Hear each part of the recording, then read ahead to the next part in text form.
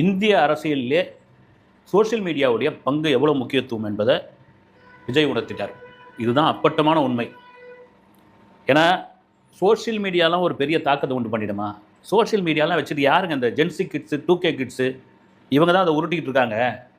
Social மீடியாவால் ஒன்றும் பண்ணவே முடியாது, அது வெறுமனே கடந்து போகிற ஒரு விஷயம் அப்படின்னு அப்டேட் ஆகாதவர்கள் பேசிக்கொண்டிருந்த ஒரு விஷயம் வந்து இன்னைக்கு மேலை நாடுகள், குறிப்பாக அமெரிக்காவில் ட்ரம்ப் ஜெயிச்சதே வந்து சோஷியல் மீடியா வச்சு தான்.